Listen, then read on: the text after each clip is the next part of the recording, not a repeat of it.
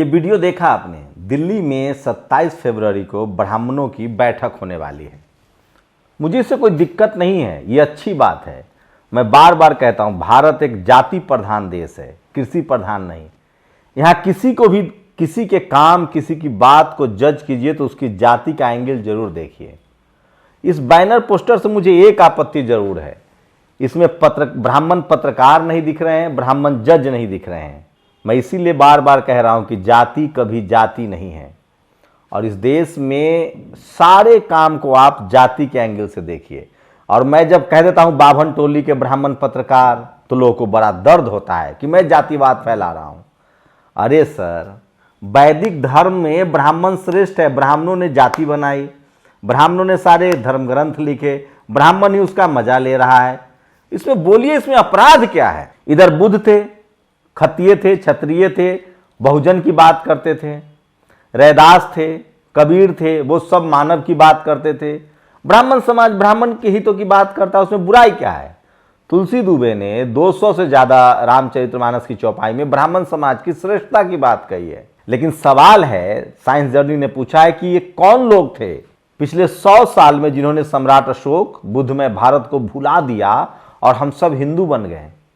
और हिंदू भी बन गए तो हमारे हित नहीं सुरक्षित हैं। ये बड़ा सवाल है।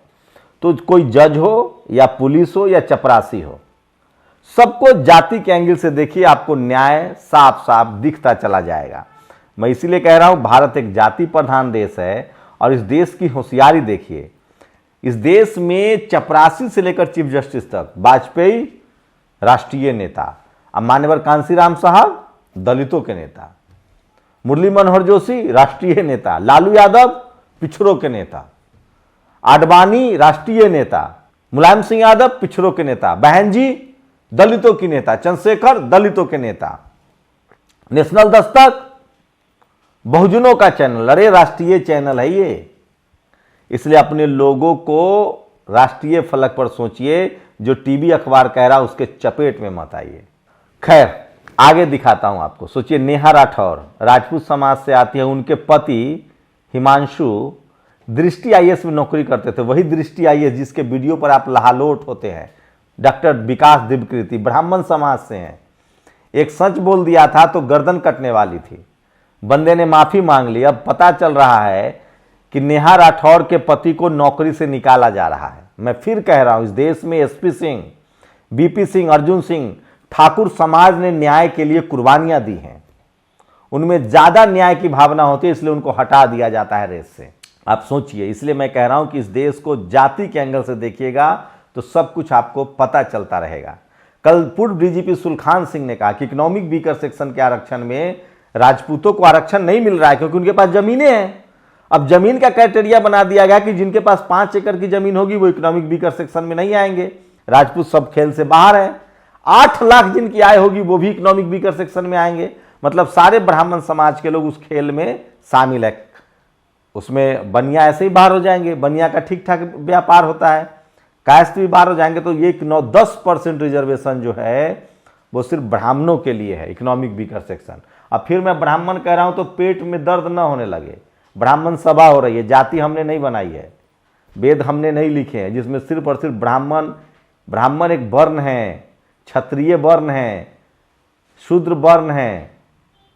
लेकिन ब्राह्मण वर्ण और जाति दोनों है। ब्राह्मण एक ऐसा वर्ण है जिसमें कोई जाति ही नहीं है। क्षत्रियों में तो फिर भी यादव भी बोलती है क्षत्रिय है, कुर्मी कोयरी कुशवाहा ही बोलते हैं क्षत्रिय है, जाट गुर्जर पटेल मराठा ही बोलते हैं। लेकिन ब्राह्मण में किसी की एंट्री नहीं है भाई साहब। ब्राह्मण जाति भी एक है, ब्राह्मण वर्ण भी एक लोगों के लिए, और वही वैदिक धर्मों में सबसे सर्वश्रेष्ठ है।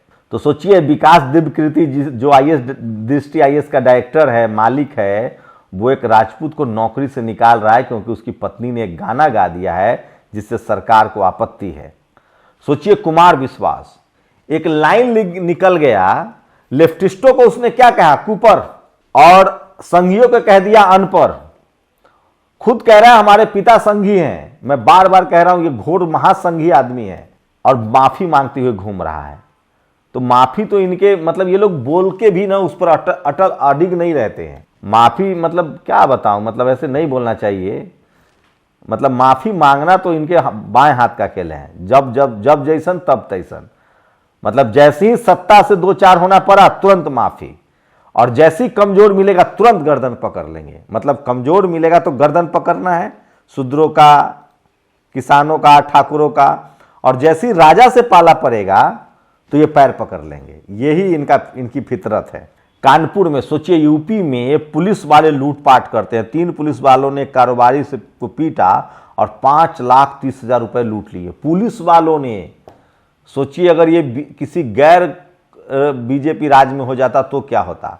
और कांग्रेस का भी आज चरित्र देखिए। सोचिए, सुप्रीम कोर्ट में SC ST को लेकर 2 मामले थे, 4 साल हो गए, रोहित वेमुला और पायल तडवी को लेकर। डॉक्टर रोहित वेमुला की जो हत्या हुई और डॉक्टर पायल तडवी की जो हत्या हुई, संस्थानिक हत्याएं हैं दोनों, उसको लेकर सुप्रीम कोर्ट में केस आया। 4 साल हो गए हैं, अब तक उसको लिस्ट नहीं किया गया है। इसलिए नितिन मेश्राम कहते हैं कि इस मामले में सुप्रीम कोर्ट के पूर्व चीफ जस्टिस और रजिस्ट्रार की जांच होनी चाहिए और दोषी पाए जाने पर SC ST एक्ट में मुकदमा चलना चाहिए। मेरे पास इतनी खबरें होती है कि मैं क्या करूं। और सुप्रीम कोर्ट ने कहा है कि अडानी के मामले में जो कार्रवाई होगी उसको टीवी पर हम दिखाएंगे। उसके प्रोसीडिंग पर सरकार कह रही थी कि भैया उसको ऑनलाइन न दिखाया जाए।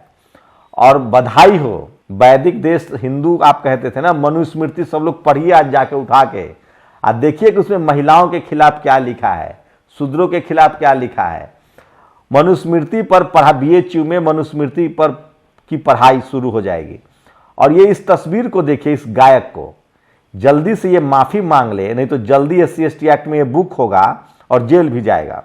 प्रमोद यादव नाम है इसका, और ये बहन जी पर अपमानजनक गाना गा रहा है। सोचिए ऐसे लोगों से, अखिलेश यादव हो या तेजस्वी यादव हो, क्या ऐसे लोग का समर्थन करेंगे? ये शख्स, मैं गाना सुना नहीं सकता हूं, ये बहन जी के खिलाफ है गाना, और ये SC ST एक्ट में इससे पहले कि बुक हो जाए इसको माफी मांग लेनी चाहिए, उसी में भलाई है। ऐसे लोग बहुजन समाज को तोड़ते रहते हैं, किसानों को तोड़ते रहते हैं। इनके दिमाग में भी जो जाति का जहर है ना, वो खत्म होना चाहिए। और कॉमेडियन मुनव्वर फारूकी के जिस कंटेंट को भड़काऊ मानकर मुकदमे दर्ज हुए, SC के जजों को शायद उसमें कुछ आपत्तिजनक नहीं लगा है। सुप्रीम कोर्ट के जज कह रहे थे मुनव्वर फारूकी को कि एक तो प्रोग्राम होना चाहिए हमारे यहाँ भी। वो गए हैं, उन पर जो केस लादा गया है। सोचिए, अजीत अंजुम, जितने जो अभी सवर्ण पत्रकार हैं सबको पंजाब में खालिस्तान दिखने लगा। भिंडरावाले को आलोचना कर रहे हैं, एक नया युवा नेता निकले, उनकी आलोचना कर रहे हैं। ये वही मनुवादी पत्रकार, सवर्ण पत्रकार, अभिसार शर्मा, रवीश कुमार, अंजना ओम कश्यप हो या अजीत अंजुम हो, जिनको आप लिबरल समझते हैं, ये लिबरल नहीं है, बहुत शातिर हैं। यूपी में 2021 का आंकड़ा दे रहा हूं, पूरे देश में 2,63,000 SC ST एक्ट, SC समाज पर अत्याचार हुआ है, 42,000 ST पर। ये नहीं है, इस पर इनकी आंख नहीं खुलेगी। लेकिन गुरु नानक साहब को मानने वाले, जिन्होंने कहा no race no cast, Guru Nanak को मानने वाले, रविदास को मानने वाले, कबीर को मानने वाले, बुद्ध को मानने वाले कोई हिंसा करेंगे? ये लोग कह रहा है कि वहां पंजाब के मुख्यमंत्री और आपके मुखिया, ध्यान दे, कट्टरपंथ। अरे अजीत अंजुम जी, ये 2,63,000 जाति के नाम पर जो हमला होता है, ये कट्टरपंथ नहीं दिखता है। सोचिए, गुरु नानक साहब को कोई कट्टरपंथ कह सकता है? वो सिख क्या कह रहे हैं कि हमारी जो आइडेंटिटी है हम उसको सलामत रखना चाहते हैं। तो समझिए, ये लोग पंजाब पर मुंह खोलेगा। पंजाब में इनको भिंडरावाले कट्टरपंथ दिखते हैं, लेकिन इनको 2,63,000 जो SC ST पर मुंह ये नहीं खुलेगा, धीरेन्द्र शास्त्री पर मुंह नहीं खुलेगा। भारत में सबसे बड़ा आतंकवाद जातिवाद है, जिसमें सबसे ज्यादा शेड्यूल कास्ट, शेड्यूल ट्राइब और OBC के लोग मारे जाते हैं, और यही सबसे बड़ा आतंकवाद है। आंकड़ा नहीं उठा के, यूपी नंबर 1 है, MP, राजस्थान, ये 3 ऐसे राज्य हैं जहां सबसे ज्यादा जाति आधारित क्राइम होते हैं। यूपी और MP में BJP है और राजस्थान में कांग्रेस है।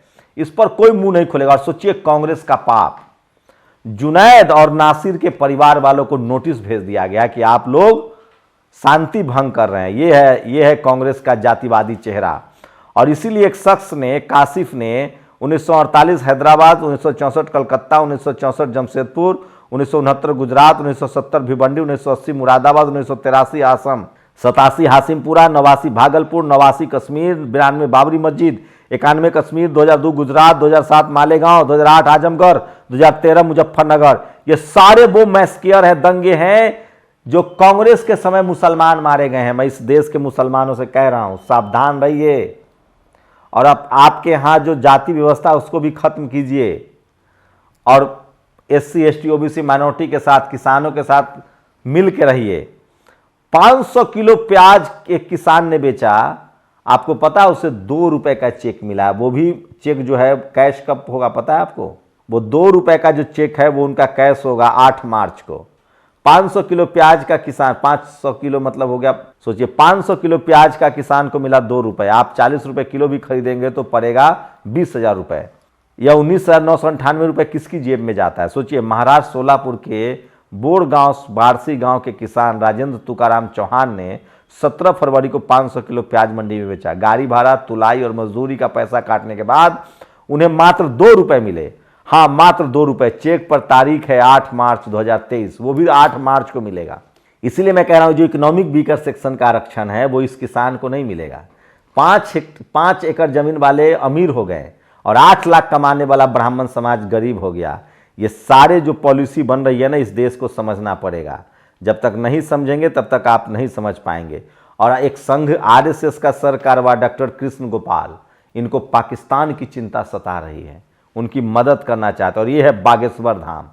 चेहरे का रंग उड़ गया है। दिलीप मंडल कहते हैं अब तो ये खुलासा हो गया है कि इसने एक भी धर्मांतरण नहीं कराया, क्योंकि इसके जिले में सिख ईसाई है ही नहीं, ऑलरेडी ईसाई नहीं है, तो क्या करोगे? और ये देखिए, भगवान बजरंग बली की मूर्ति को बुरी तरह से क्षतिग्रस्त कर दिया गया है। मूर्ति का हथियार से हमला हुआ, ये भी राजस्थान की खबर है।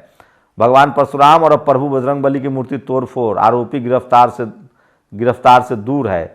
तो सोचिए, जो लोग दूसरे की मूर्तियां तोड़ते हैं अब उनकी मूर्ति टूटने लगी। बाबा साहब की मूर्ति, मैं किसी की भी मूर्ति तोड़ने के खिलाफ हूं। जिसकी जो आस्था उसको करने दीजिए, आप अपना नफा नुकसान सोचिए। और अडानी ग्रुप के शेयरों में LIC का निवेश अब घाटे में चल रहा है। एक्सप्रेस वे के मुताबिक लगभग LIC को 30,000 करोड़ रुपए लगाए थे, अब उसकी कीमत 27,000 करोड़ रुपए है। मतलब 3,000 करोड़ रुपए का सबसे बड़ा नुकसान है LIC को।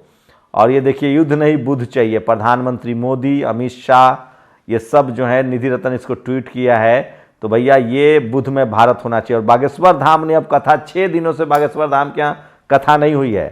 बागेश्वर बाबा धीरेन्द्र शास्त्री 6 दिन से चमत्कार सभाएं नहीं कर रहे हैं। पुलिस लंपट भाई का पता नहीं लगा पा रही है, जल्द ही फरार होने का नोटिस जारी होगा।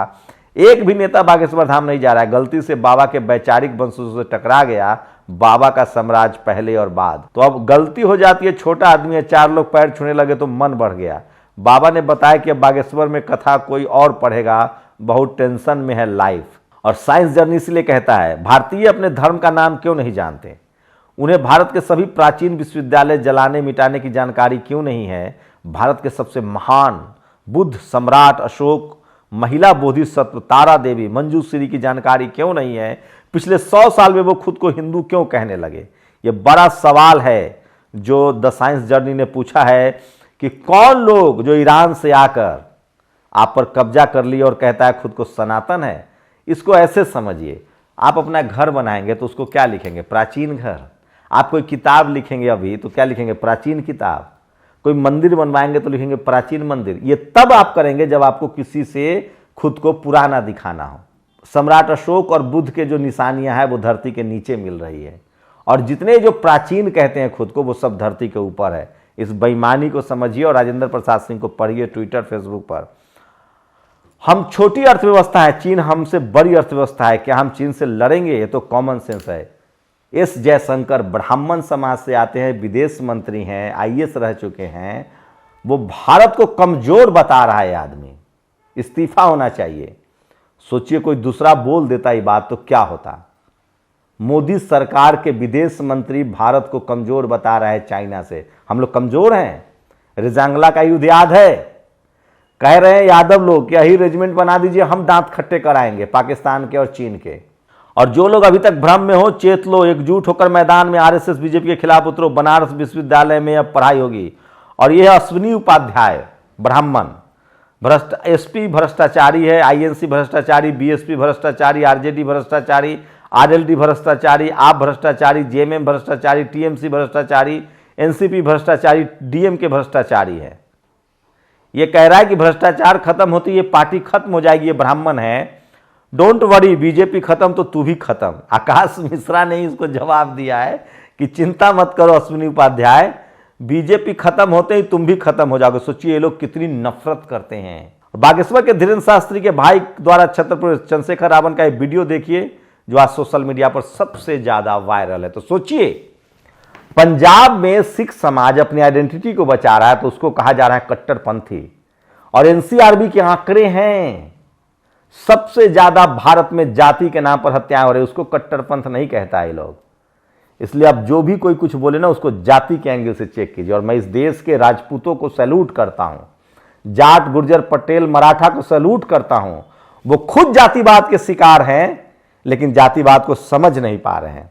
उनको सही में वेद, भगवत गीता, रामचरितमानस, मनुस्मृति पढ़ना चाहिए, तब पता चलेगा कि वो शूद्र हैं और उनका काम है सेवा करना। और राजपूतों को किस तरह से नीचे दिखाया गया है, अहीरों को नीचे दिखाया गया। सोचिए सुदामा का पैर कृष्ण ने धोया जबकि वो राजा थे। मतलब ब्राह्मण किसी भी कीमत पर पूजनीय है।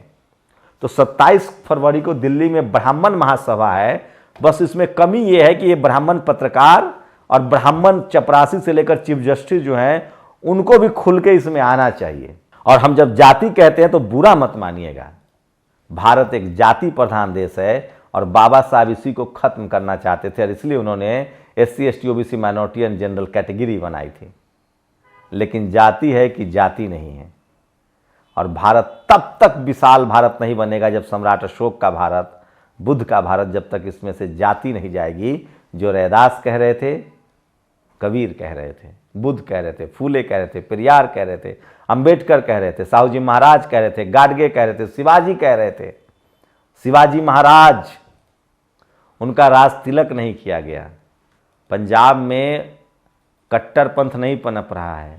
इस देश में लगातार हत्या, सिखों का नरसंहार हुआ है।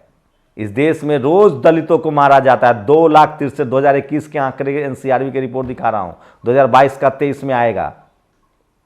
2,63,000 एट्रोसिटी के एक्ट केस दर्ज होते हैं। क्या मजाक कर रहे हैं साहब। वो तो शुक्र मनाइए कि इस देश के चपरासी से लेकर चीफ जस्टिस तक 97% media, judiciary, college, university, bureaucracy, business, film, sports, सब जगह ब्राह्मण समाज का कब्जा है। देखिए ना आप उठा के, ईडी का हेड कौन है, इनकम टैक्स का हेड कौन है, तमाम पैरामिलिट्री फोर्सेस, CRPF, CA का हेड कौन है, तब पता चलेगा नवासी कैबिनेट सेक्रेटरी में कौन कब्जा किए हुए हैं। और धर्म में सबसे ज्यादा माल कौन पीट रहा है, धीरेन्द्र शास्त्री से लेकर तमाम बाबा, उनकी जाति क्या है। शुक्रिया। नेशनल दस्तक की आपसे गुजारिश है कि अगर इसको बचाना चाहते हैं तो नेशनल दस्तक को सब्सक्राइब करने के लिए रेड कलर के सब्सक्राइब बटन को दबाएं, फिर बेल आइकन की घंटी दबाएं। नेशनल दस्तक को बचाने के लिए बहुत जरूरी है कि हर खबर को शेयर करें, लाइक करें, कमेंट जरूर करें।